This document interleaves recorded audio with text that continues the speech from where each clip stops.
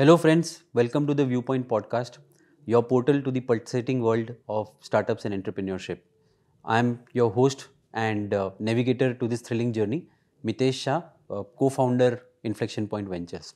Today, we are going to talk about a very interesting topic which probably touches all our lives, and we would have felt it in one way or the other: artificial intelligence, AI, as we all fondly call it. Going one step further into this, there is always a constant debate of what to choose: a business which has AI in it, or a business which is all about AI. So today's topic is AI in business versus AI being business. And I have two industry stalwarts, respected VCs, to drive us through this complicated yet intriguing topic and quash a lot of myths and a lot of beliefs which were about AI, positive or negative, for us and help us understand this in depth. So I have two of my very dear friends over here with me, Mr. Ashish Fafadia and Mr. Rehan Khan. Ashish Fafadia, a fellow chartered accountant and a company secretary. He's partner with Bloom Ventures, an early stage fund. He's been with Bloom since 2012 and is right at the helm of affairs when it comes to managing Bloom portfolio for fintech startups. And he's been driving a lot of their strategy into AI as the next best level for investment of startups as well. So we have Ashish with us. Welcome, Ashish. Welcome to the forum. Next up, we have Mr. Rehan Khan, uh, alumni of Columbia School of Business, New York, has been on both sides of the business, has a very rich experience of 25 years into startup, have founded 3 startups and exited, and then founded Orias Ventures, one of the topmost fund at the early stage, being into their fund 3 now. He's the managing partner for Orias Ventures and have made some very successful bets, not only in the field of AI, but a lot of other allied businesses. So these two will take us through today's questions and help us kind of navigate through this complex topic. So welcome, Ashish, Rehan. It's a pleasure to have you over here and would love to, I'm looking forward to this session, would love to understand this topic and learn something new from you guys. So first up, let's take the phase one, which is AI in business. Artificial intelligence, as we all know, is a very, very deep topic. Now, there are two aspects to it, as I just spoke about. One is where we look at artificial intelligence to touch our lives in the form of customer lifecycle management, supply chain management, and something which is an enabler to the business rather than being the business itself. Now we look at this aspect of the business, it reminds me of a great saying by Vladimir Lenin, which is there are decades where nothing happened, and then there are weeks where decades happen, right? So keeping from this perspective, the kind of developments that have happened in this space of artificial intelligence, especially in last 2 3 years, right? And I need not mention about Chat GPT being the latest kid, but even a lot of other things that have kind of metamorphed into this particular journey that we are today. Would love to understand from your perspective, when AI in business as an enabler, what sort of value add that we see over here, and what are the various perspective that you would like to share with our viewers for this particular phase before we move to AI as business. So in phase one, talking about AI in business, there are a few questions that we have as to how it effectively integrates with the business and help in data analytics, customer lifecycle management, supply chain optimization. So Ashish, first up, I'll start with you. This first question is around, where do you see AI as a technology enabling businesses? And typically, in your experience of evaluating so many businesses, which are the industries which are ripe to use AI in business as an enabler? Thanks, Mitesh. It's a pleasure being with you and would love to discuss this. Like you said, it is an emerging area, and the idea would be to share thoughts rather than get into insights. None of us are going to claim that, okay, we have seen everything, because it's still day one, I would say. So, with that, let me get a little deeper into trying to break this into two parts.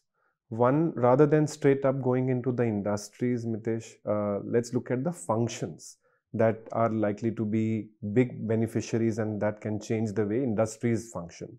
So, the three areas that come at the top of my mind would be anything and everything to do with customer interface and interactions.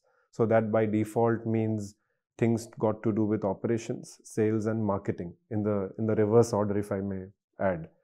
And then the other side, you have things like R&D and even software and development. So when you break this up further and you go a little deeper, almost every industry would have versions of these functions which are relevant. So therefore, what I'm trying to get to is that it has a scope of adding value to virtually every sphere of life that we are into, both on the consumer side as a customer and on the B2B side of things. Most particularly, the businesses that will have a very significant impact would be financial services in general, banking, insurance in particular, health, more particularly around R&D and pharma, and software. So these are the three businesses where I would put it only at the top. However, like I said earlier, wherever those functions are relevant, they would have applications as well. When we discuss this also, it's pertinent for me to add that one should not really take this as the end all be all of the world. We have seen predictions around when internet came in, when cloud came in, as to how people expected that it will change the world. Of course, in the larger scheme of things, it has definitely changed the world, and it will. But one should not look at it as a panacea and as something that will have a solution which is potent enough to solve all the problems that mankind faces. So far as we acknowledge that and look at it with a healthy balance, I think, yeah, it has got game-changing opportunities for us to improve upon and get hastier in being able to crack solutions to the problems that mankind faces. Great, Ashish. I think that's a great beginning to this topic, and would love to delve deeper into this, as we move along. But moving to you, Rehan, again, in your experience of evaluating so many businesses, if you can help us with a success story or two where AI in business has actually been proved, and where AI has really helped the areas that Ashish mentioned, customer lifecycle management or data analytics, where it is really significantly added to that particular domain. Sure, sure. Well, first of all, Mitesh, thanks a lot for having me on it. And Ashish, good to be here with you. Always good to be in the company of friends. If you look at, all the areas that Ashish mentioned, like healthcare, finance, software, I would even argue, other areas like automotive, AI is quite, we are seeing it, emerge more and more in those areas. If I specifically look at, if I take any one of them, right, you take healthcare, for example, there's a lot of it happening now in the diagnostic, in the diagnostic realm. Right. There are even very advanced forms of, so it's leading to even new forms of diagnosis, right? So you can use, for example, MRI and CT scans are now, the data that is coming out of those. And then having learned of, see, what does AI require? One of the key things AI, and of course AI has the algorithm and it has, the machine learning ability, etc. But one of the things AI requires is data sets, right? So what happens is when you have doctors, for example, they're looking at scans, they are possibly limited to the data sets, of the human mind, of the amount of scans they have seen or they've sort of read on that. But AI can go beyond any one person, right? It can accumulate amongst thousands of doctors and thousands of scans. So when let's say GE, which is a major manufacturer of AI, they start embedding this. It starts giving you data saying that, oh, we are seeing this, right, as part of this scan. I mean, I'm kind of breaking it down in layman's terms. We are seeing this as a part of the scan. And of course, it is not making the decision for it, but that is giving the doctor additional information. True. Based on that, right? So that is a very prevalent example. Another example is, we are seeing it in day-to-day in customer service, right? You have all the customer service chatbots, and again, I'll give you examples that people can relate to. I have all these bank credit cards, etc. I'm doing so much of it now done through the AI bot, Sure. and they're getting better and better. They're getting less irritating, you see. Right? So, these are some very simple examples that we are seeing. As far as we go, we have a particular company in the stock recommendation, or rather in portfolio management of stocks, where there is a lot of recommendation coming from the AI engine that company has developed on how you can potentially configure your portfolio, and how you can balance your portfolio. It's not actually doing stock picking for you, but it's giving you broader advice, looking at your portfolios and looking at other portfolio data where it has learned off. So, these are some of the tangible examples that are in front of us. No, fantastic. I think can very well relate to some of these, and I think picking a leaf out of Rehan's book, Ashish, as he just spoke about. Now, I think instinctively we all understand the importance of AI, and we all have, to a more or less degree, experienced it in our daily lives. But as an investor, obviously, when you're wearing that hat of managing the expectation of the LPs and overall fund, there are many more criteria which get applied to it before you take an investment decision. So, would love to understand from you, Ashish, that when we evaluate the startup, any AI startup from an investment perspective, how do you gauge the scalability of AI enhanced business models, right? And what are the factors that kind of drive you to that investment decision for any AI business? This is specifically with respect to AI in business. Yeah. So, Mitesh, one will have to factor in that when it comes to AI in business, there are going to be clearly two sides to be thought of. One, of course, will be the role that the startups are going to play. And then there are the existing traditional businesses. Correct. And the biggest draw of AI is going to be for these businesses. Let's face it, the startup economy at the end of the day is still a small one.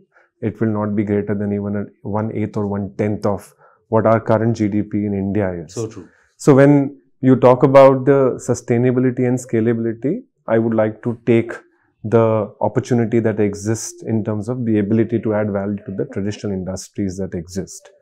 And when you go down that path, the founder's ability to understand that domain becomes very, very critical. It is very common, Mitesh, to use these buzzwords. We saw in the earlier part of the last or the mid-last decade where people talked about AR, VR. They were also being looked upon rightly as enablers. Then came things like crypto and BNPL, and some of these have also been cases like the tail wagging the dog, which is what I call in the context of a cryptocurrency versus the entire blockchain as a construct, which has so much more to offer, right? Similarly, there are a few things that we need to get right in the context of AI. AI is not, it and can lead to more effective decision making, and when it coupled with automation is when disruption happens. It is not automation per se. So when you put all of these perspectives in mind, like I said, the ability of the founder to understand the vertical, the ability to create the data sets and use them. Later on in the other section that we are planning to talk about, what I also want to address is how the algorithms are going to be even more critical than the data. Data is hygiene, like a capital for a startup and resources for a conventional business. So that's going to be hygiene. At a point in time, people will have access to it. But how do you use it, and how do people want to make those decisions, and frameworks and use cases are going to be critical. So being taking care of the buzzwords or being superficial about it ain't going to help. You're going to always try and look at it with a little bit of a microscope. Don't want to be carried away with the momentum, and want to be slow and cautious rather than be hasty and fast in trying to go down that path. No, fantastic, and thanks for giving me a segue to my next question. Rehan, would love to understand from you. Ashish spoke about a very important point around data being hygiene, and you also mentioned about healthcare, where there are sets of data, and ultimately AI will be as trained as it can be based on the quality of data. Now, how do you assess the effectiveness of the data quality when it comes to training an AI to the required level of accuracy that it needs to reach? And when you guide your startups, your founders and all, what sort of emphasis that we lay on this part? Typically, as we all call, garbage in, garbage out, right? So if it's not a correct sample of data, how do you train the AI to be perfect? So what is the importance of data quality in overall scheme of things? Data is very important, but I want to clarify one thing about data is, and there is a certain myth also around data, that data is all important for AI. Yeah. It is one of the 3-4 things which are very important for AI. You can certainly build, there is a concept within data, it's a technical term, they call it bootstrapping. Right? We could refer to bootstrapping as a way of building company, but if you speak to data scientists, they also have their own way of they have a term called bootstrapping, What bootstrapping does is that it can take a minor data set and then build simulation on top of it to create a large data set. So basically artificial data on top of, let's say I have data from a very simple example, 100 people. I can do multiple behaviors and mixes and combinations within that 100 people to come up with, let's say, a 10,000 person or 100,000 person data set using the 100 people as a base. So a lot of the data that you're seeing out there, the large language models as they are called, and the data sets is not because they actually have data from a huge amount of places, but they've extrapolated data, then they've put it out there in beta versions, they've collected more data, and then they've further and further extrapolated from that. So, that's how it typically works. You don't just start off with a huge data set. In time, what will happen though is that the size of your data sets will start becoming a competitive advantage. Correct. Right? That's why this whole first mover advantage, who can connect the data. So, I'll give you, again, why did ChatGPT create such a buzz in the market amongst the software companies? Because they realized that this this organization would now start collecting data very fast, right? That's why Google was in a rush to release Bard, for example, right? Because they said, we can't get left. We need to also start collecting data. There's no use it just being in a laboratory, right? So data is certainly important, but it can be extrapolated. But there will be a lot of first mover advantages, etc. on data. Of course, we don't know what the future is going to be like, right? Will there be people who start now offering cloud as a data as a service? I don't know, right? If I see 4 or 5 years, 7 years into the future, can it be that there are organizations, the large cloud providers, Azure, AWS, etc., start giving you data as a service that they say, okay, we've got all kinds of data here with us from various industries, organizations. Interesting. Can you now create apps on top of that, right, to use the data? Because will we see the commodification of data? We don't know. There's a lot of unknowns in the future with data. No, thanks, Rehan. And I think a whole new perspective around the word bootstrapping itself. Yeah. Thanks for enlightening me. Now, next time a founder comes to me and tells me that we are bootstrapped, we'll have to think it cannot only be in terms of funding, but also in terms of data. So thanks for that. Ashish, on this point again, we spoke about a lot of traditional businesses looking at AI adoption. Right now, in your experience, having seen and evaluated so many businesses, where have you seen AI actually adding value, right, as an additional function to these traditional businesses when it comes to customer experience management, right, and how it kind of is a journey that continues to cover more such other functions also? So Mitesh, my broad starting point is that from a mega long term and the biggest value point of view, things like AI would be a lot more ingrained and a lot more internal. And there will of course be the conventional applications. Rehan gave the example of the credit card usage and the sensibility of using the chatbot, right, and make it less painful and much more convenient. So that is one legit use case. And then there will be other thrills that we get by using ChatGPT for music composition and speeches and school projects and even ourselves, right? Yeah. So there will be those. But I think the biggest drivers will be when it goes into the system, pretty much things that we cannot feel and see. Who cares today about HTML? But the fact of the matter is that we consume it literally every single hour. It is hard to imagine and juxtapose various other versions on top of it, and it is much deeper than what we really feel. Similarly, I do feel that AI and its applications also will be much more ingrained. So for example, when we look at some of our businesses, and we have a fair bit of credit portfolio as well, you go down the path of trying to, we have a company called Kaleidofin, and they actually are in the business of making sure that somebody who is underwriting can get a very good idea of what the credit scoring is and what is a likely pattern. Right. This is being done without a very significant AI application. Now imagine if we add on the whole AI piece of things, how much accurate we can get. So AI allows you that level of accuracy, that level of precision. Things which are largely man-made and situational around risks, etc., can be virtually brought to highlight. I am not going to overplay, like I said earlier, Right. where we can eliminate those, but they can be brought to the forefront to enable a more effective decision making. Similarly, for the customer experiences as well, the stock company that Rehan was talking about earlier puts in front of you what are the cyclical risks that have happened over the large 10-year cycle, if they have managed to capture that data and give you those recommendations for a better portfolio construction as well. So those are the kind of immediate or instant gratification that you can get out of these things. However, I think the midterm and the longer term approach on these are going to be much more on the B2B side of things. We also talk about whether in a few years to come or a decade from now, testers as a community would exist. That's a debate for a later side. I have not read enough or felt enough to be able to argue one side or the other.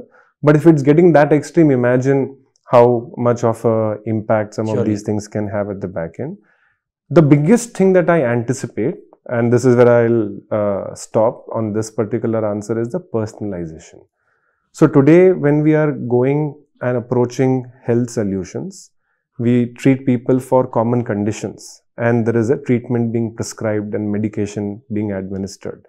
I anticipate that thanks to what AI can bring to the table, we will be in a position to have a much wider range of solutions rather than a particular antibiotic applicable to a host of conditions and a very large volume of population. Correct. Like in the case of, and that is going to propel thanks to the R&D facilitation that can happen due to the data sets that get wider and deeper. The other is personalization again, but in financial services. Why should a product approach be there? It should be a personalization approach where three people with a similar income profile, with a similar CIBIL score would still benefit from a very different credit product combined with insurance and all that. So you combine different products and sophistication. We talk about embedded products even today. That has not needed any robotic science and AI. But imagine now we already have reached without the application of AI, you load AI to it, similar income profile, similar background checks, similar CIBIL scores, and you will still have a very different loan profile because of your expense as a utility or some other factors that are relevant to you. So personalization in the end state is the biggest benefit that I see coming. But that is even what that I'm predicting is more like a 5 to 10 year view. Yeah, I think beyond that will be, I don't have a crystal ball, let's be candid. I don't have the wherewithal to try and imagine what can come beyond that. But totally in sync with you. I think this can be one of the bigger area. And Rehan, another question that pops up in my mind is one area that has been talked about as the biggest beneficiary of AI evolution is fraud detection. Right? Ashish spoke about the financial services again being benefiting a lot from this. When we talk about fraud detection, how have you seen AI kind of getting integrated into this particular space? And second aspect to this same question is how much of a human touch then we are losing or AI replacing human value in this particular domain? If you have some examples. Are you asking as a chartered accountant? I'm asking as anybody. You're sandwiched between two. This is a CA question. You're sandwiched between two. Yeah, certainly. I think the approach is similar, right? Because I mean, see, as a CA, how do you do it, right? I mean, you basically have been trained on it, right? That okay, from various case studies, etc. Look for certain things, and for working as certain CA firms, etc. So what the AI does is that it sort of replicates that, right? It understands all the past case studies. I mean, you feed it that, and then, like I said, using bootstrapping, it would extrapolate and build up more potential models. And because it's a machine, right? It's able to very painlessly sift through a lot of data. Correct. That you as a human being, or it may be very expensive also for a company to have multiple people sifting through the data. So I think while it may not be superior to people, right? It will certainly help them bring down cost. So the pitches that we have seen, and we haven't, just to clarify, we haven't invested in any One is that they primarily talk about reducing cost in fraud detection. Correct. They don't really talk about improving the quality of the fraud detection. I mean, of course, the pitch of entrepreneurs always say it's better, etc. But when you kind of really get down into it, the value proposition seems to be being able to reduce the cost. Because as you know, fraud detection is a very expensive exercise, right? If you have a large organization, or let's say you're monitoring, let's say you're an investor like us, right? And you're monitoring, let's say, whatever, 50, 70, 100 companies, depending on your respective portfolio size. And they're sending you their quarterlies and they're sending you their bank statements, etc. You would have a massive cost if you're going to really sift through all of that data. Manually, yeah. Versus, if you can sort of have a machine that you're feeding into, it'll really play and say, okay, take a look at this, right? And it sort of just gives you snippets from that. And say, yeah, these 5-7 things are looking very off. These are red flag, orange flag areas. So I think reducing cost in fraud detection as a first step would be, the approach towards AI in fraud detection.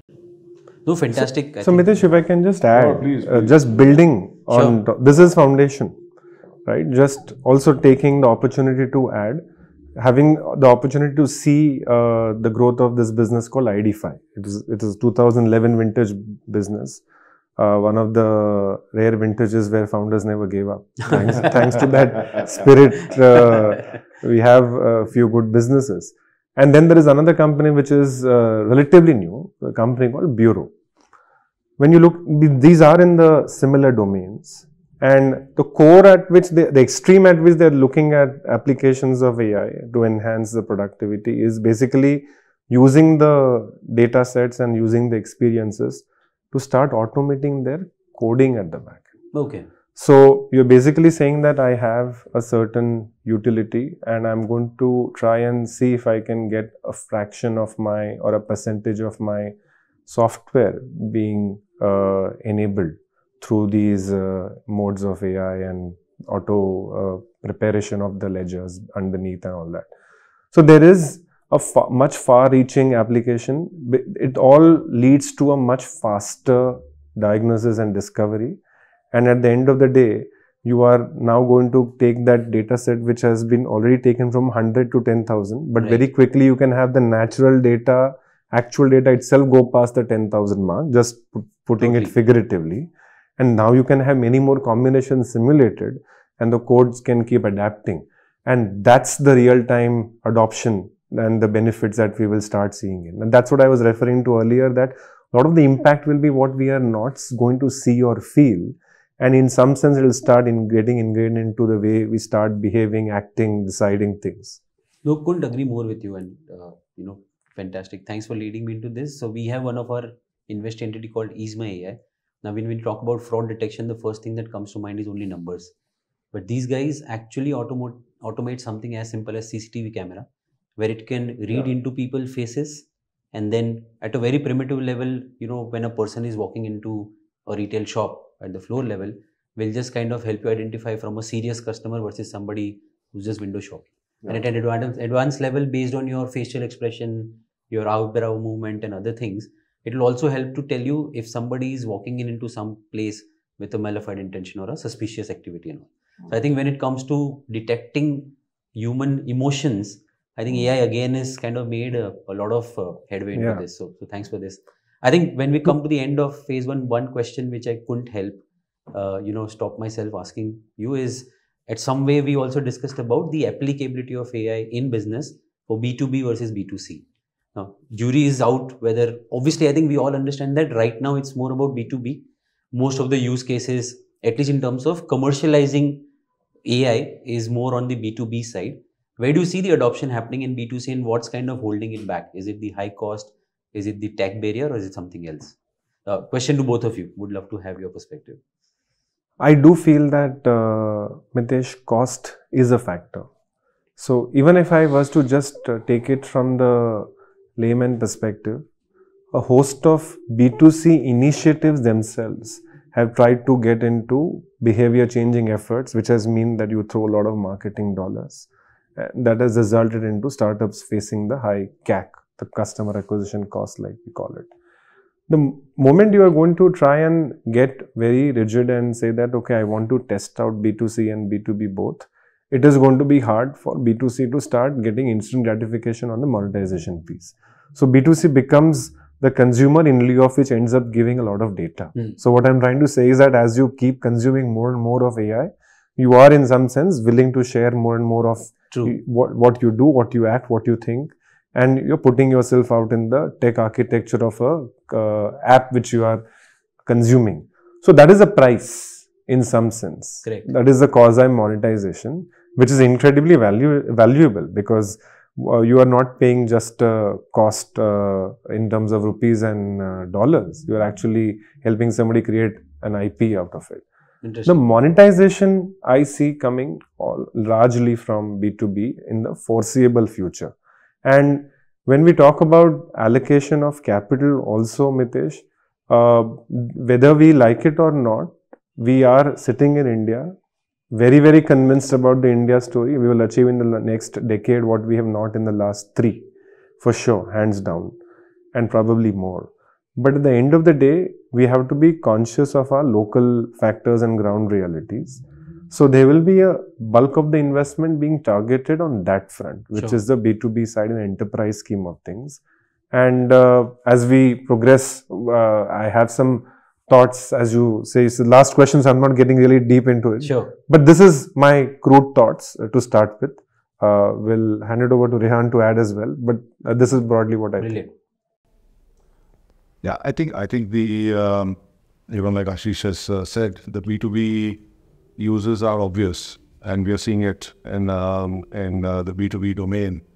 I think what will happen on the B2C side is 2 things. One is that existing B2C applications will start incorporating AI within them, right? So they'll start becoming part of the feature set of existing AI applications, and you wouldn't have an additional bill because of that, right? Let's say e-commerce sites having recommendation engines, or like I spoke about the stock company, which is a B2C company, right? Using AI to help develop portfolios. Right. We're already seeing companies like Zoho, which is, as you know, an Indian company, bringing in AI into their word processor, into Excel, their version of the spreadsheet, etc. So you will start seeing that, and they will become part of their existing subscription plan, but they will start offering it as features. And then slowly you are seeing, certain standalone AI apps, right? I mean, the most common B2C examples would be all these fun apps where you can make anybody into a singer and things like that, right? So that is using AI to create those simulations. Right, I mean, but when you pay through Google Play or whatever, you pay a subscription fee on that. Gaming companies are sort of introducing it. So I think it will creep into it is creeping into the B2B, B2C domain in a bit of a silent fashion. The examples of standalone apps using AI as a foundation are few and far in between. The B2C apps are like the ones we just spoke about. Right. So that's where I think it will lie. So, all right, this takes me to the phase 2, time to raise the bar. Well, not literally, but in terms of AI play, we are talking about businesses where the play goes to a different level. We take it a notch above, and here the AI is the business itself rather than being an enabler. So, the entire value creation, entire business growth, and entire business functioning actually depending on AI as the core value proposition. Here, things do not revolve only around AI, but AI is the business itself. The entire organization, hiring, customer management, supply, and everything else is having AR at the heart of its activity. So when we talk about these businesses, coming back to you, Ashish and Rehan, starting with you, Ashish, let's talk about going back to the previous question where I asked you about wearing your investor hat. Here, when you look at AI as the business itself, how different will be the evaluation criteria? A lot will depend on the actual functioning of AI, because the whole success of business will depend on that. So what different would it be in terms of the evaluation criteria that you'll have for AI as business versus AI in business? Sure. So Mitesh, on the fundamentals of it or the philosophical aspects of it, not much will change. So in a conventional startup, all of us would try and look at the founder, the business and the market opportunity, and maybe a few other dynamics. Coming specifically into AI, there are a few things that will matter and which will change. So far as there is an acknowledgement of the fact that it is only AI and not AI, I think you're not aggrandizing or going down the path of making it sound like, okay, this is the only thing, Right. biggest thing in the world. It's all a good starting point. So what effectively I'm trying to get to is the founder's understanding of a particular vertical rather than trying to portray it as a winner take all. In the sentiment of it and the marketing of the business, both are going to be critical. So it comes back to what we were discussing earlier. This is a game that businesses will capture market by market, segment by segment, and vertical by vertical to try, because it is about specialization. You are looking at intelligence, and intelligence is all about going to the roots of the data and the nodes to really make good sense out of the businesses. The key function in the feature here is that it is by default going to be a B2B enterprise play. So the ability of a startup to look at global first business models is going to be the key. Now, one could flip and ask, okay, we're talking about AI, we're talking about India. What is it that leads you to talk about global first? So let's acknowledge the fact that we are in a space where Indian enterprises, like every other stakeholder, has a few areas that we can do better. If you ask me about us as GPs, we need to do our exits better. If you ask me about founders, founders need to get to sustainable businesses better. The one area that Indian enterprises need to do better is on the way they treat their vendors. In a typical boardroom, the conversation when it comes to adoption of technology very quickly comes down to the make versus buy, even today. And when you're talking about that kind of a conversation, it makes sure that the buying cycles or procurement cycles at the enterprise levels are going to be crazy long, which is definitely not the case with the US. The ability of capital to forecast as to how the US enterprises will behave and how a particular product resonates is definitely better and more proven. So automatically the need of capital, while it looks like takes a lot to capture the US market, Right. in terms of very specific things like AI or a few other verticals, it makes sense to take it as a global first opportunity. What India has unique, what India can really thrive on is a talent pad. And the cost arbitrage of building a revenue which is going to be dollar driven and a cost base which is going to be Indian. Of course, there also it's getting to scary proportions because of scarcity of relevant talent. So yes, we can just split this a little and cut loose hair ends on that, but it is still an arbitrage in our favor, and we can really make it into a valuable proposition. So the ability of the founder to scale in the US becomes crucial. And last but not the least, like you go and if you ask me how do you look at the health business, the domain understanding and the other factors that impact the domain. So in this case, it is not only about tech, it is about the combination of tech and interplay between data and the algorithms that are going to be built. So whether the founding team has the complementary skill sets of understanding those things right grounds up. No point trying to back a single founder who is great at tech but will need to go around sourcing a great data scientist because the culture in the org, there are a lot of other considerations around ethical issues, accountability, transparency in AI organizations that have to be driven by the founder and not a particular employee. So a lot of those aspects will matter. So complementing founding team around tech, data, algorithmic considerations also will really be a driving factor. No, thanks for this. Rehan, sorry for a bit of deja vu here, but again, repeating the same question which I had in phase one as well, is if you can talk about a success story or two over here where you've seen businesses where AI being the business itself has been successfully implemented and it has created value for investors and all stakeholders. Ashish touched upon the aspect of US being the ultimate consumer base for these businesses and all, and we have also seen countries like Israel actually kind of really blossoming when it comes to tech development and all, Taiwan and others. So what is holding back India in this front when we talk about value creation for AI being the business? Is it shortage of tech talent? Is it again cost? What drives these factors for US and Israel to be way ahead of us? So I think. See, our software companies are incorporating AI. We have a portfolio company that we did actually for Unboxed, which is in the search domain, right? And what Unboxed does is that now they've incorporated AI to help with a lot of let's say on the language side, right? So let's say you search for haldi powder, right? So it's the same as turmeric powder. Right, so that kind of thing. So earlier, kya karna padta tha? You have to sit and tag it. Right. You know, haldi, turmeric, they're all synonyms, right? But now the AI, it can even come up with a new word. I don't know what the word for. Correct. Haldi may be in some other Indian language. It may be something else, right? It knows because it knows the language on this side, so you don't have to sit and do that tagging. So I think we are already seeing it creep into our software companies. I spoke about Zoho earlier, which is doing a lot of, like B2C software in a way, right? Or I mean, it's doing office utility software. They've started using it. This is an example of Unbox is there. There are other companies. There's a company I invest in called Druva. They're using a lot of AI in their in what is called recovery and detection from ransomware. Wow. Right.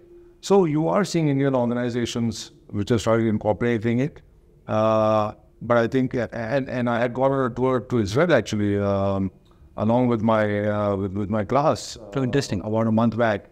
And we visited a lot of companies, right? One of these companies we visited was called Windward. And what Windward does is that they built a Google for shipping. Wow. Right? So they're using AI for sanctions detection, for sanctions, right?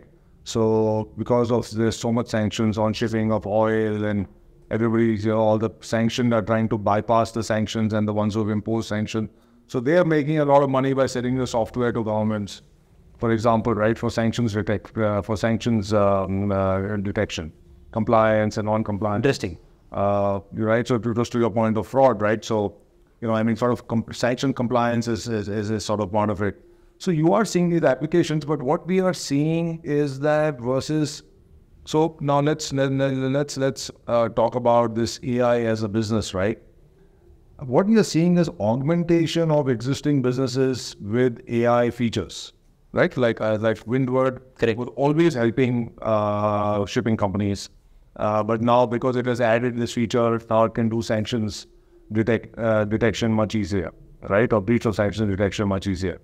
Similarly, Unbox was always in the business of search, but now they've sort of added it and it has boosted it. Correct. Where you're seeing less of, right, is our companies which have AI purely as a business or as a service, right? I think that we haven't yet seen, and a classic example in the US would be ChatGPT. Correct. Where it was not some existing business that was supplemented. They made their AI tool into a business that other businesses can use. So I think we are not there yet in India, and I think there are a lot of challenges to that because you require lower cost, weighted average cost of capital. Right. Because if I'm going to build, any kind of R&D requires long gestation, patient capital, and because if it's patient, it has to be cheap. Expensive capital can't be patient, right? Logically. Right. So your WACC, as they call it, weighted average cost of capital, has to be low.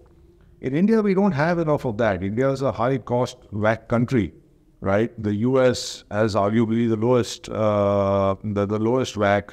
Other countries in Europe, etc., US allies, with whom they share a lot of their, capital with, they have low WACC. So those countries, if you notice, are leaders in R&D of any kind, right? Whether it was pharma and now AI, Agree. or manufacturing, etc. So I think till the WACC doesn't come down in India, any kind of R&D, I mean, if you look at the pharma industry, a common sense question would be, right, we have such large pharmaceutical companies, but why don't we have molecular development? True. In India, right? Because it requires low WACC, right? Which it's a long gestation, hit or miss business, a lot of capital have to yeah, do R&D it. spends. So you're taking forward from that analogy. If I'm going to build an AI company and train it over very large data sets, I think I read in the media that ChatGPT spent $750 million before anybody even knew about ChatGPT, right? And it was kind of getting it for some 4 or 5 years. Yeah. That's a huge sum of money. Yeah, that huge sum of money, right? I mean, do you have that kind of low-cost money in India to be able to do those kind of things? Is a big question. Venture capital is certainly not patient money. Also, Mitesh, while in general I am lot optimistic when I say that India is not a market where in most sectors winner take all applies.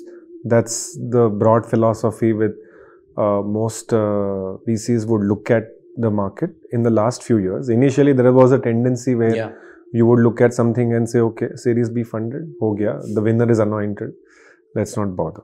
Things have changed. But when it comes down to some of these things, rather than trying to look at it as a matter of challenge or a thing that we have to do it, I would say let's be sensible about it and look at it as in stages. Makes sense. What is our key strength? Like I said, our key strength, we leverage on that. And the decade later or towards the end of the decade, you will automatically see things coming up. We are seeing there is going to be a fair bit of stress on some of the largest companies which are doing incredibly well. Imagine if an HDFC within itself were to say that we have our own wiki equivalent using AI. How are some of these enterprises who are trying to build for India ever going to compete with what they have to start with? And why will HDFC be willing to go out and put its data out on the lap of these founders? So the LLMs and the implications of what is happening globally, even at the level of governments, is definitely today unpredictable. So there will be some forces where cost of capital constraints like Rehan added or availability of capital to go very deep on every possible use case are going to be key. That's why I come back and say that look at a vertical, go deep, crack it, build a use case which is global first. By the time you have successful case studies and data sets, you will be better off than what an Indian CIO or a CTO can argue. And you will then put out that in the room to be undeniable. So one will have to take it a little more pragmatically and be willing to evolve very, very quickly. No, great. And I would love you to stay there, Ashish, and talk about another important paradigm in this same analogy. So we spoke about the high cost for AI and Rehan mentioned about WAC and all. Share your thoughts about the market potential or the demand for AI-driven businesses. How do you gauge that? How do you assess that, given that it's a very niche thing? And we also spoke about B2B being a large part of the revenue driver right now, B2C not yet fully there. When you have to take an investment call, how do you drive the market potential or demand potential for these startups? And in turn, how do they drive value creation for investors? No, I'll be lying if I say that, oh, here are the 2-3 bullet points and this is how we do it. To be candid, very difficult. It is not something that is yet reached near normalcy, where you can evaluate normal other business opportunity. Not for the fact that it is still raw and new, but because of the dynamics I mentioned just about 2, 3, 4 minutes ago, right? Right. Now you add on top of it that apart from those uncertainties, we're also at a phase where we are going through this common buzzword now is suddenly profitability and efficiency for the last 18, 24 months. So is somebody going to be available to throw deep capital consistently? So otherwise you're making this mistake of catching a buzzword and trying to flow with it. So it doesn't make a lot of sense. Now, since we're at the question, and actually when it comes to something which is as grey as some of these things are in the first formative years, you will start looking at meaningful proxies. So if you're looking at application and use cases of a particular set of AI, let's say somebody is trying to work on an AI project which will be relevant for companies to be used in sorting their data sets within the enterprise and help them retrieve them much more effectively. So that you don't have to go and put something in the back of the storage and the seamless movement can be carried out. Security is not going to be compromised. It's a complex use case. It needs a heavy investment in infrastructure. There are enterprises which have already carried out that investment in infrastructure. So you will then say that, okay, what is it that is the market size of that particular use case? And therefore you will start going on purely that vertical. Some of those may look like only $1 billion market size, but that is fine. Eventually they will expand as well. Eventually the team will be savvy enough to solve for other adjacencies as well. So that is where I would say that it's much more safer and prudent to take bets on adjacencies rather than assume that something which is today looking like X financial services problem, and eventually I will do everything that it offers, super app equivalent. That does not make sense. So this kind of an adjacency coming in so early in a space and a sector definitely makes a lot of sense. We have had similar case studies when we did a play into customer success. It looked like a much smaller market than what it looks like barely 2.5 years into the investment. So these things will definitely keep scaling up fast, and there'll be much more visibility. And it is not, IP creation is never going to go away. So far as you're betting on a good founder and when there is really a strong IP at play, I think it becomes worthy. But that is what, searching for that also is scanty. So you will see talks a lot, deals sporadic. Fewer. No, I think that's some great perspective around this. Thanks for this. Last but not the least, one also needs to factor for the impact of regulation. We are seeing data privacy, security. So all of those also will have a bearing on the assessment. So the viability is going to be a combination of these three factors that we just discussed. And that's what makes it a complex evaluation set. And that's why the transactions are going to be steady but very slow. No, great, Ashish. And I think you touched upon a very important aspect of privacy, and would love to pick both of your brains around that. But before we come to that, Rehan, I think in the previous question we spoke about the impediments for India, the blockers, so to say, in terms of our growth to that superpower when it comes to AI. You have funded businesses like Unboxed and a couple of others that you spoke about. So I think one of the clear disadvantage that we have over here is maybe talent. How do you advise your companies, when it comes to a topic like AI or building businesses around that? Talent acquisition as well as retention. What are the key learnings that you have had in your journey with these businesses? I have a slightly contrary view. I think one thing we don't have a shortage of is talent. Oh, great. India is relevant talent for this. But I mean, India is a talent-rich country. And I mean, if you look at the venture capital industry or the startup industry as such, right? 10, 15 years ago, there was a question whether there was sufficient talent in the industry. But we saw that once the capital became available, talent came from all quarters, right? People are educated. I mean, the education level in the country is going up. Education, elite education, all those institutes are going. There are more IITs, more IIMs, more private universities like Ashoka and all kinds of institutions are coming up, right? So I think India is a massive talent factory. In fact, we are a massive exporter of talent over here. I'll tell you a very interesting statistic. Did you know that around 40% of the global semiconductor talent resides in India? Wow. They work in back a big number of Nevada, AMD, Dell, blah, blah, blah, right? In Bangalore and in Pune and Hyderabad, etc. They work in those back offices. Yet India doesn't have its own semiconductor industry. So when you saw the startup industry also come, where did people come from? They came from GE and all these kind of back office centers of a lot of these international companies, right? So I think we have the talent. I think we don't have the companies in AI yet. I think we will be, I don't know what the statistics is, but I think a lot of the foreign companies are employing, have back offices where they will be employing AI talent and training people. So I think once our industry, domestic industry comes in, you will be able to get a lot of talent from there. So I don't think talent will be an issue once, you have the capital availability and the market towards it, right? So I think the market is emerging. Cost of capital remains high and continues to be a constraint. It is interesting that you saw Reliance recently announced that we would want to get into generative AI. They certainly have a lower cost of capital right? They have a lot of their own profits that they want to plow in, and they have access to lower cost of capital, as we know, right? That's why they have so much debt and at the same time have so much cash reserves, because, of their cost of capital.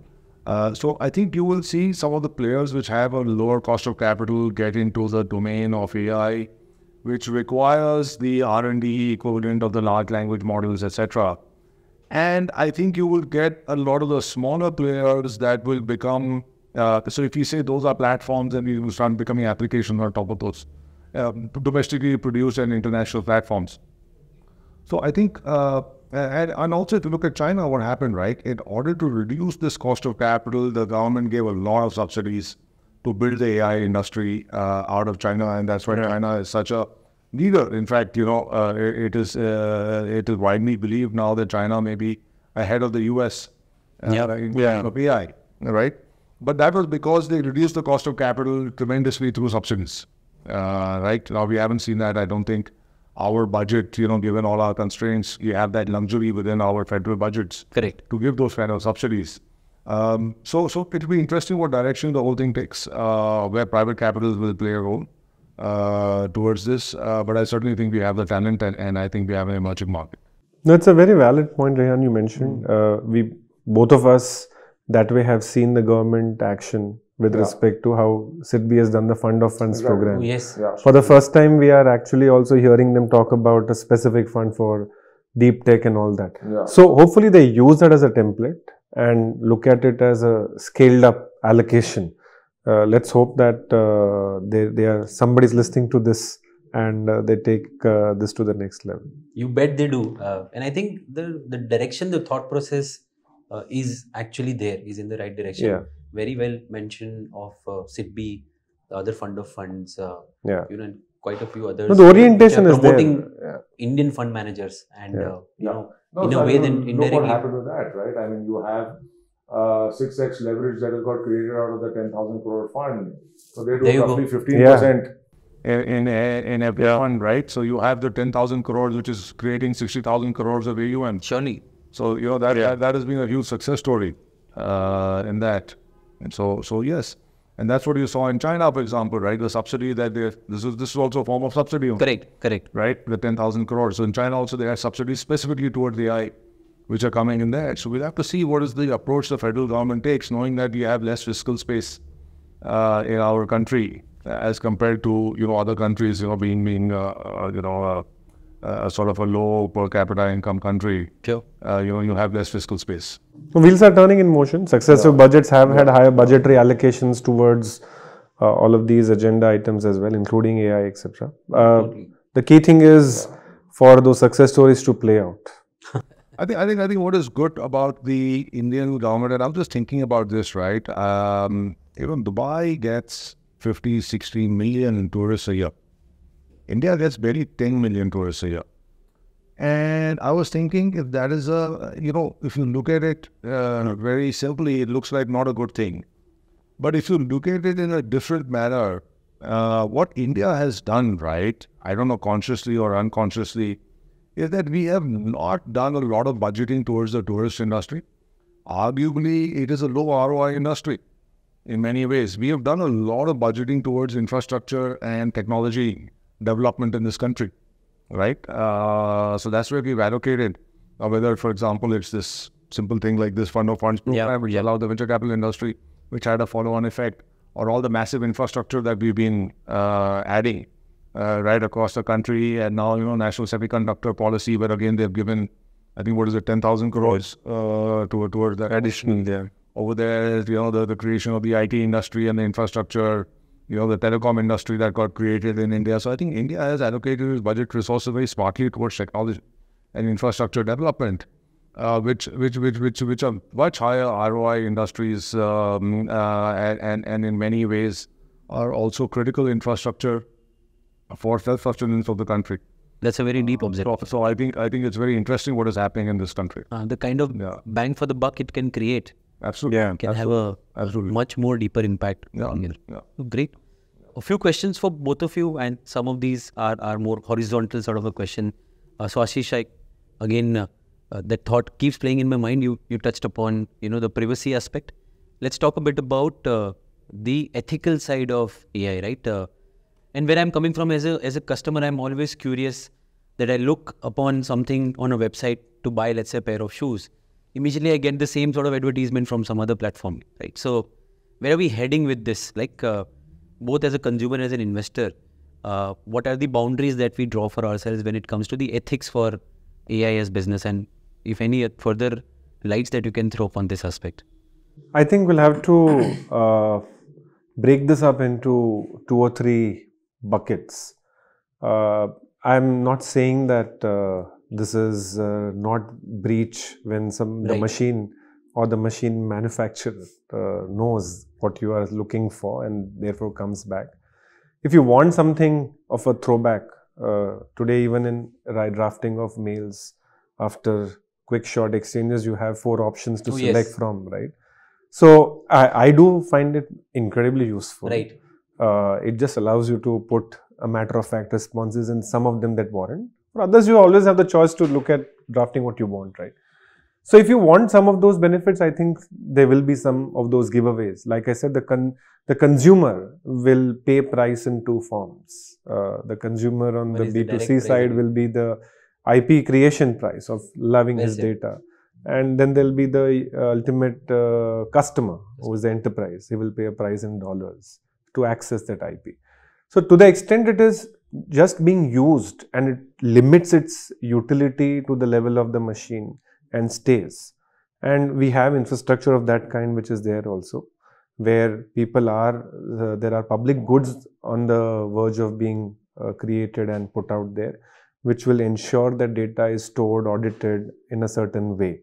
So to the extent that is there, this is not something that really hurts. Rather, I would argue it doesn't hurt at all. Rather, it is the bare minimum we'll have to live with to be able to really get any benefits. Right. And maybe we can delve a little deeper into what is it that it can help the people in general and a population like India, which is underserved on so many things. Right.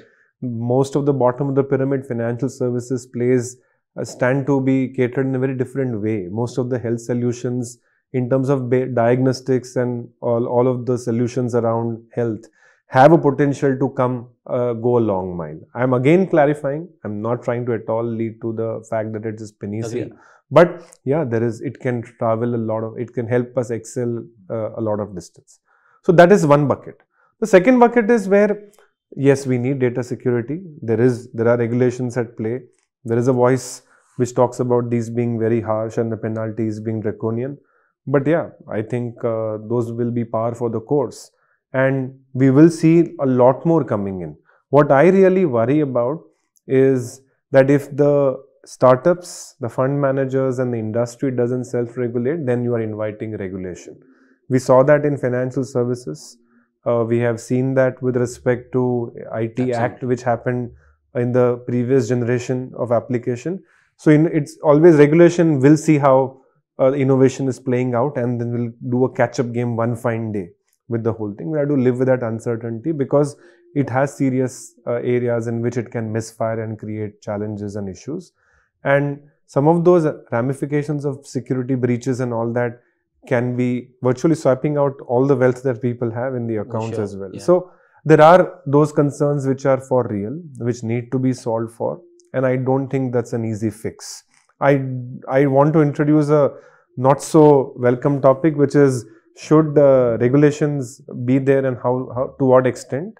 I don't think we are going to keep it at bay beyond a point if the self-regulation and the applications are not being used only for taking the applications forward with income equalization and all that. Moment it veers off that path, governments will get active. We have seen crypto as a case study. It has been there for more than 10-15 years. The moment it started getting into that trading into that cross territory, every government, the strongest of the governments have gone down that path of taking it. Let's not take a few tiny cases who have made it a national currency. And those are not relevant, those are not scalable propositions at all. So I don't think it is going to be so bad. I do feel that global governments are conscious and watchful regulators who are evolving, and they have the tendency to catch up anyways. So yeah, we'll be hopefully in good hands. Fantastic. Rehan? Well, not so much to add to what Ashish said, but see, I think every new technology from time immemorial has been viewed with a lot of suspicion that it will, that it has an evil along with it. Yeah. Right. I mean, recently when the cell phone came along, it was viewed as a very intrusive device. Right. I mean, मैं तो cell phone नहीं रखूँगा. I've been getting along with my own life cell phone के बगैर. अब cell phone की क्या ज़रूरत है?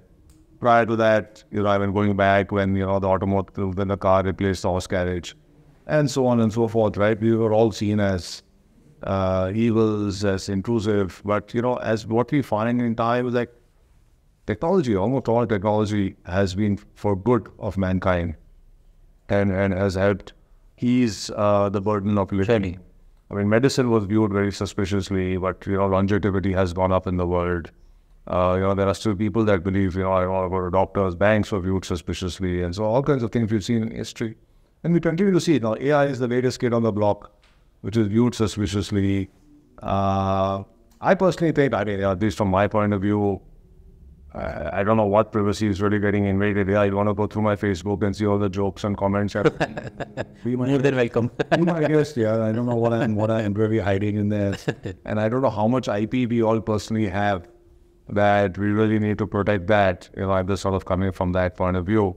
And like Ashish said, it's very helpful, right? I mean, if it's giving me prompts inside my Gmail or it's showing me relevant products, in advertising or whatever it's doing. So I welcome it.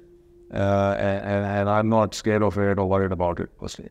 That's a very interesting perspective. And I do find merit in this way of thinking also, that everything ultimately will have a darker side if you were to really explore that side only and ignore the positive side. So I think point well taken. Another point that I'm curious about, and this probably goes back to my initial formative years as a professional, as teen, just straight out of college and all.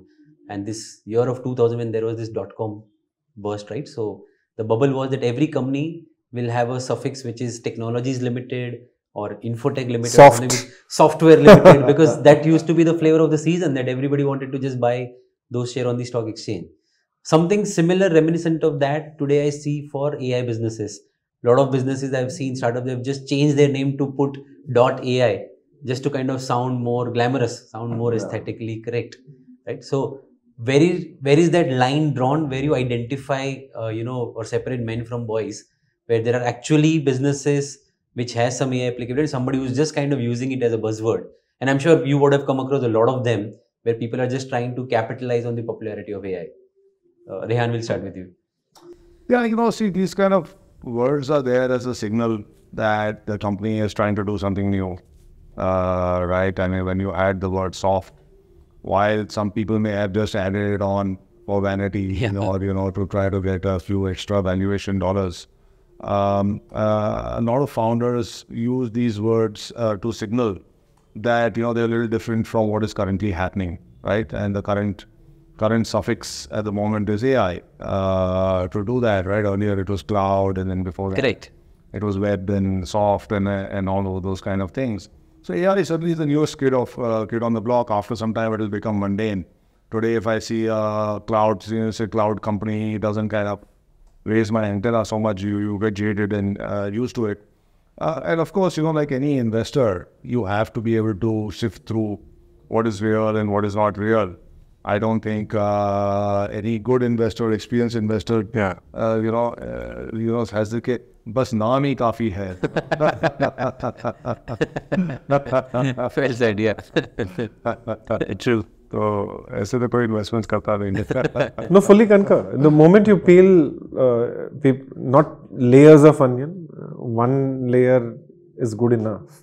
So today we are also reaching this point where most sophisticated investors are leading towards thesis-based investing. Correct. So at the level of the deck or the short 20-minute call that we have on Zoom, it is evident as to whether this is something that has those applications or no. So industry that way has matured. Right. I don't see that to be a big challenge. And at the other side, I would like to also highlight the fact that directionally, if you're trying to signal something, I would rather say that, okay, if you want somebody to take a leap of faith and acknowledge the fact that this is an AI-centric business and therefore get you the due attention that you want, it's a good thing, but just follow through it. Correct. And go down the path of actually making sure that the person on the other side understands fully the entire application set and be willing to live with the scrutiny around it. So I think all good. No, totally agree. I think once the attention is actually invited, then you have to live up to those expectations. Exactly. That in itself is a big challenge. So before we move to some of the quick fire, one last question around this particular topic is, we have discussed about the current applications of AI and all. What do you see as interesting trend around this? Some fascinating ideas that you would have come across where, it's the epitome of automation in terms of AI, right, which is going to impact us as individuals, as consumers, or maybe as investors. Any such ideas that you want to share? I spoke about personalization, right, both on the health and financial services side. Likewise, there'll be personalization on education as well. So I mentally I have a 2x2 where I try and figure out what is it that will benefit and shape up from a long-term perspective, and what would be from a short-term, and what will take a lot of effort to really adopt it, and what will take not too much, right? So you have some of the industries like manufacturing, electronics, infrastructure, etc., which will be in the fourth quadrant. It will take Herculean effort to benefit, but may not come. The benefits may not come. So it's high low on both sides in the adverse fashion. And the 3-4 that we discussed all through this conversation are on the other extreme. Correct. But philosophically, other than the personalization thing, I think the 2-3 things that will be game changers, not from an industry standpoint, I'm giving you the larger framework from my side, is how we perceive risk. It could have a little bit of an impact on the way we conduct ourselves, and therefore eventually long-term value systems and beliefs also. And the third is governance. Coming back to my point, I'm not overstating and trying to say that, okay, everything will be solved. But in a healthy balance over a 50-year period, all of these three have a bearing. So we will see that manipulation-driven actions on the markets will hopefully be something that we will not see if AI is implemented with the full accountability, transparency, and the trail that it is supposed to operate with. Agreed. If you keep having the manual override button and keep taking it over, no data, no regulation comes and guides it, no self-governance, of course, then it's a different ballgame altogether. Correct. Then the governance also will fail. But in the truest of form of application, it will enhance governance, if not make governments more decisive and honest about those things. So these are like today, how many of us say that, okay, we'll teach our children we should not lie, all of us. But look at how people conduct on an altar of an insurance claim. Small to large, the variance at which we be gracious changes, right? That will change because you will have no opportunity to do so. So there are those, and it has an impact on long-term belief and value systems. Why not? So I'm putting it in that philosophical sense that, yeah, there are those positive things to stay. Interesting perspective. Underlying, of course, there are a lot of those verticals which we've been discussing. Well, thanks. Rehan, your thoughts? Yeah, it will certainly, the users will be, as Ashish said, education certainly, is a big one, personalized education, like you said.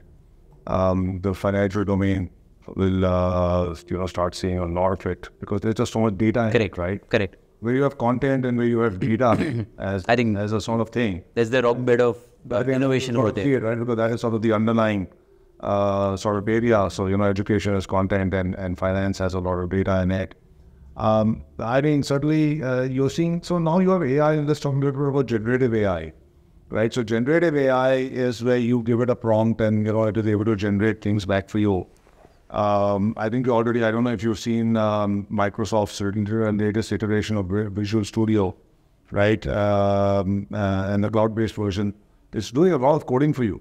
Yeah. Right? You can sort of give it a lot of prompts. And in fact, in one of our companies, there's a lot of experimentation going on with the more junior coders can that work be done now by generative AI.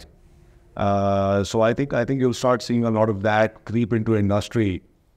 We saw a startup recently which is using generative AI in fashion, right? So what they're doing is, and we're still evaluating it. What they're doing is that, in order to create fashion, and you have to keep on creating things. But at the end of the day, there are only so many silhouettes, right? There are basically 5, 6 silhouettes, and then there's the pattern on top of that, and you sort of make variances between that. Now, instead of having, again, it's cost cutting, right? Instead of having an army of designers which are sort of just working through those silhouettes and those patterns and sort of reconfiguring them every season, let's say 3, 4 times a year, you can have the AI generate it for you. Oh, yes. Right? Yes. And that becomes a lot of cost cutting for organizations. So this is a company which kind of, because the data set is actually not very large over here. The data set is not very It's quite limited. It's quite limited about what you need to do. Of course, a lot of fashion, etc. So their whole thing was that we have the software that can be used by fashion companies around the world in order to cut down their cost of designing for every season. No, fantastic. And this use case is real. You talk about companies like Purple. As he speaks, I can relate to it. I think it's You talk about companies like customers. You talk about companies like Purple Downward, and they are actually using it. They're talking. These are the conversations that are happening at the board level as to how the next generation of upgrades, etc., would be carried out through an AI tool. So, which means you're basically saying that at the very least, people are not going to replace the talent walking away. You might not see massive retrenchments and layoffs and all that. That's an overstatement of the whole problem. No, I think human but always will be a layer which will be required at the top of it will be. Same thing with cloud telephony. You will have the overall, when you talk about the large data sets being replaced, how will conversation and communication on the cloud happen? So there are businesses like a Root Mobile, Exotel, etc., which stand to take cognizance of some of these opportunities and leverage on those. Amazing. No, thanks, guys. I think this was really helpful. Maybe we move to a last segment of our discussion today, and if I can have you for a quick fire round where only we'll just give a. So this is not coffee with Karan. I'll be a lot more sympathetic than them. So very quickly, I think a few questions. Rehan, will start with you. Biggest myth about AI? That AI can only be built on very large data sets. Fantastic. Ashish? I think the biggest myth about AI is that it is going to change everything. The extremities are associated with AI is as mythical as it gets for me. Would you prefer working more with AI versus human? Humans at the beginning, humans at the end, AI in the middle. That's quite diplomatic, quite being a CA. No. I genuinely, that's the only way you can enhance and take it to the next level. I don't think how we can do without humans, at least in our generation. No, I agree with you. I think it's probably human with AI knowledge that can be. Rehan? Pets, I would say. My favorite. Good one. Big industry shifts that we can talk about. Can AI-centric startup disrupt established businesses? Yes or no? Yes. Oh, totally. I think we're already seeing it in we're already seeing it. For a very tangible example is with image creation. So there are startups where you can just say that, hey, Indian looking models, and boom, it creates images that boom, it will happen. So that's happening. And moment you try and put it in the realms of what we've been talking for the last hour or so, you will really say it's a yes, but all those guardrails that all three of us discussed should apply. To the extent it's true, yeah, of course it stands to disrupt. How you're going to use the data and to what extent you're going to make it integrated with the existing customer sets, existing incumbents. That will be the key. That will be the key thing. No, agree. What's more scarier? AI becoming super strong, or we not let using AI due to the fear of privacy and the other things? The latter will never allow us to give a chance to explore the real benefits get to a point where bulk of the world accesses what it is not having today, which is the world was okay today fighting on roti kapda makan. That's at least the developing part of the world. Correct. But let those guys fight it on the basis of financial services, education, healthcare, and infrastructure.